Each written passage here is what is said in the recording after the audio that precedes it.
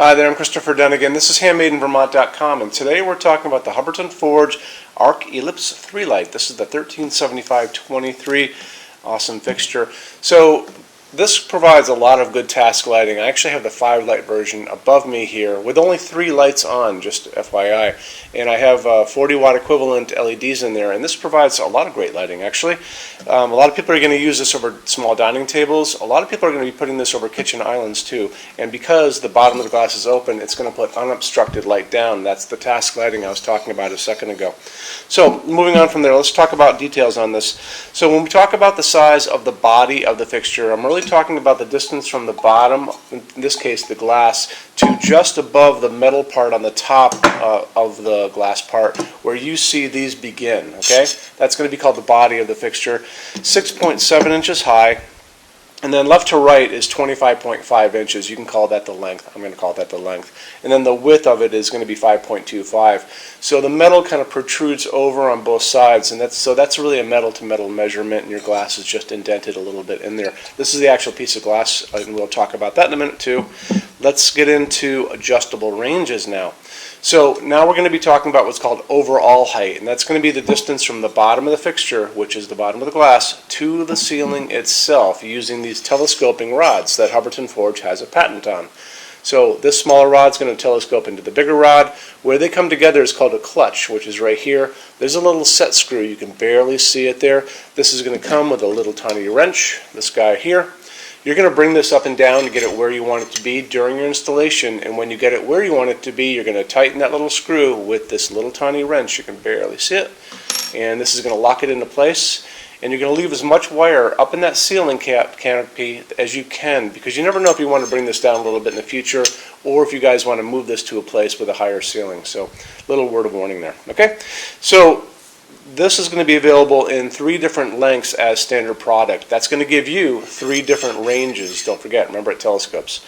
So now we're going to be talking about those ranges as overall height from the bottom of the fixture, bottom of the glass, to the ceiling itself. And the short is going to be 28.1 to 38.3. Standard is going to be 37.6 to 47.8. Long is 48.1 to 58.6, right? Okay. Beyond that, we do custom. So let's say you guys have a shorter ceiling and you need this to be coming down 24 inches from the ceiling to the bottom of the glass, because you're going to put it over an island and you want it kind of high up so you can see your football game on the TV over there. We do customs. And so if you want shorter than the short or longer than the long, best thing to do is just drop me a quick email and say, I'm looking at the 1375-23. I need this to be X long. What can you do? I take the email, I send it over to Hubbardton Forge's customs department, or it comes back to me with a quote, basically. And most of the time that's going to be in a range, some sort of range, small range though, to encompass what you guys need. It's going to be a little more time, a little more money, and non-returnable, but we do customs every day, so take advantage of that if you need to. Okay. So canopy on the ceiling is 12 inches by 5 inches. It's going to go over your junction box. This is slope ceiling adaptable in one direction only, and what that means is at the top of these 2 stems is a knuckle. So this knuckle is right here. It's going to make this slope ceiling adaptable like this. So when I say in one direction only, it means that one of these stems can't be longer than the other, so you can't have them staggered going down the slope. It has to be along the slope, the 2 stems. It dictates where the table is underneath the slope. If you guys are dealing with a slope ceiling and you're putting this over an island or a kitchen table that's a rectangle, just drop me a quick email and I can walk you through those details. Okay? Moving on from there, I want to show you more details about everything I just said a second ago. And how I do that is to show you the installations instructions, because they're going to have a lot of stuff that I can't show you here. How we do that, if you're on the page for this, look over on the right hand side of your screen in the red, some red tabs over there. Nope, look over there. So midway down, there's going to be a link. It's going to say, click here for installations instructions PDF. So click on that and open that up for me. Those are the sheets that are going to come in the box with this fixture. They're going to show you lots of things. So they're going to show you how you put your glass on, which I'm going to actually demonstrate to you in a minute. It's going to show you that it comes with this tool. This is a retaining ring tool, which you'll see in a minute as well. It's going to show you how the canopy goes over your junction box up on the ceiling, 4-inch J box. It's actually going to have a universal mounting kit like this guy, I believe. So it's going to show you how the whole thing goes together. Very simple and easy. It's also going to show you how this system works. So how this whole clutch system, there's a little friction sleeve hiding in here, and how it works. And it's really, really easy when you look at those drawings. And so this is going to be using Hubbardton Forge's opal glass, and I have a piece of it right here. So if you're not familiar with Hubbardton Forge's glass, it's all handmade, all hand blown, and a lot of people think, oh, it's just a piece of white glass. It is well beyond a piece of white glass. So I'm going to walk you through the details on that. So when you look at it to begin with, you're going to notice there are actually layers of glass here. So how they do this is they blow a clear piece of glass first, then they come back in and they blow a white piece of glass in the middle of it, so that's where your layers come from. After that, they come back and they sandblast the whole thing, and it's going to give you this milky white, semi-transparent, it's actually opaque, you're not going to see the bulbs, but it's going to be this milky white, kind of glowing, soft white. It's a really beautiful piece of glass, and that's the beauty of Hubbardton Forge, is they really pay attention to the little tiny details that most people are going to miss, but they all add up to an amazing piece. Okay, so we're going to talk about what's inside of this, and then we're going to talk about how to put the glass on the fixture in a second. You're going to notice it's going to ship with this. This is a medium base socket. And that medium base socket is going to let you go up to 60 watts for an incandescent. This is a A19. I'm going to show you what an A15 is too, because these are two bulbs sizes that can fit into this. This one's an LED, this is an incandescent. This is an LED, which can also go into this, and we're going to kind of sort this all out right now. So your max is going to be the heat generated by this for an incandescent, okay? So we'll put this aside for a second. When you get into LEDs, it's really going to come down to the size of the bulb getting into the glass, because these don't generate heat and they barely draw any electricity. We know the little guy is going to get in there without a problem, and I use that a lot, but I also have this in our showroom, and I use this a lot too. It will fit fine. You'll notice this is probably a little over 3 inches, and this is a little less than that, so this is going to be in there fine too. Okay, so that said, these can come up to, well, I know they come in 60 watt equivalents out in the world. They come in 75s, and I also know if you really look hard, you can find them up to 100 watt equivalent. You'll probably have to do some due diligence on the internet to do that.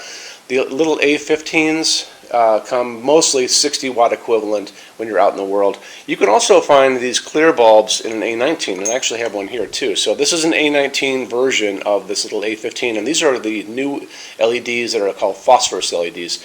So in other words, you can use all kinds of LEDs in this. The only limit to that is, can they fit in the glass? So you guys can go to town, okay? The one you're not going to be able to get in there is called an A21, and you can see how big that is compared to the other guys, okay? And this is a monster. These are usually like 150 to 200 watt equivalents. Oops, now you know. Okay, so moving on from there, let's talk about how to put the glass on the fixture. It's going to come with this tool, like I talked about a minute ago. This is the retaining ring, and I'm going to show you how this goes over the socket. It's a threaded porcelain socket, so it's going to go over it just like that, really easily. You're going to take the retaining tool, which has a flared end. Actually, this is the flared end I want to use, and it accepts this without a problem. See how that just pops right in there? And you're basically just going to put the glass on it, and you're just going to use the tool as a proxy for your hand, and you're going to just gently screw the retaining ring over the socket, righty-tighty, lefty-loosey, you guys know that. And then when you're done, the ring will be on, the glass will be on your fixture, and you're good to go. Okay? So after that, why don't we talk about metal finishes, and how we're going to do that is I'm going to take you to our metal finishes help guide. And how we're going to do that is you're going to be on our site, you're going to look on the left hand side of the screen, you're going to see all those red tabs, and you're going to notice one says finishes help guide. So open that, well actually don't open that up until you're done with this video, but when you're done with this video, go over there and click that and open it up for me. You're going to see a video at the top of that page of me talking to you guys about the differences in Hubbardton Forge finishes, how they look on different types of forging. I'm going to be referencing a color chart, and that's going to be just below the video screen, so scroll down a little bit, you'll see that there. Those are all the Hubbardton Forge metal finishes you can order this fixture in. You'll notice some have the letter A on them, some have the letter B on them.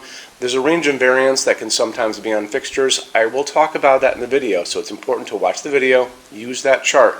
When you're done with all that, come back down to the chart, and you can click on any of those pictures. If you want to see a bunch of Hubbardton Forge stuff in dark smoke, click on dark smoke. Want to see it in vintage platinum? Bunch of stuff there. Click on that.